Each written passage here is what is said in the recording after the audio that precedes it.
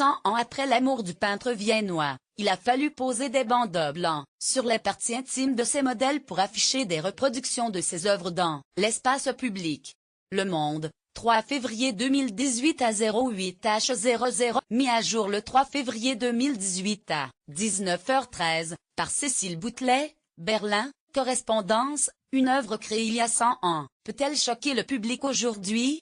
Des peintures de corps nus exposées dans l'espace public sont-elles scandaleuses à une époque où la publicité, omniprésente, utilise les codes de la pornographie pour mieux vendre?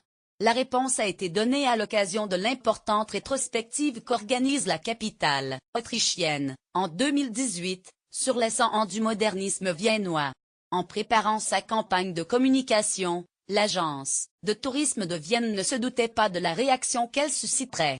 Elle avait choisi de mettre en avant des œuvres d'Egon Schiele, 1890-1918, l'un des artistes emblématiques de cette période, dont une exposition anniversaire se tiendra de fin février à début novembre au Musée Léopold.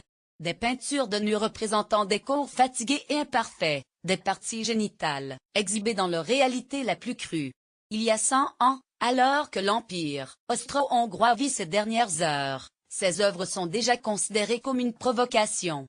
Egon Schiele paie son audace d'un séjour en prison, en 1912, pour outrage à la morale publique. Société privée, quel serait l'accueil de ces images dans la rue d'aujourd'hui? On ne le saura pas. Les reproductions des œuvres qui devaient servir d'affiches publicitaires, parmi lesquelles Omassi, nu, 1910, et Fille bas orange, 1914, n'ont finalement pas été vues dans leur intégralité. Frilosité des pouvoirs publics? Que nenni.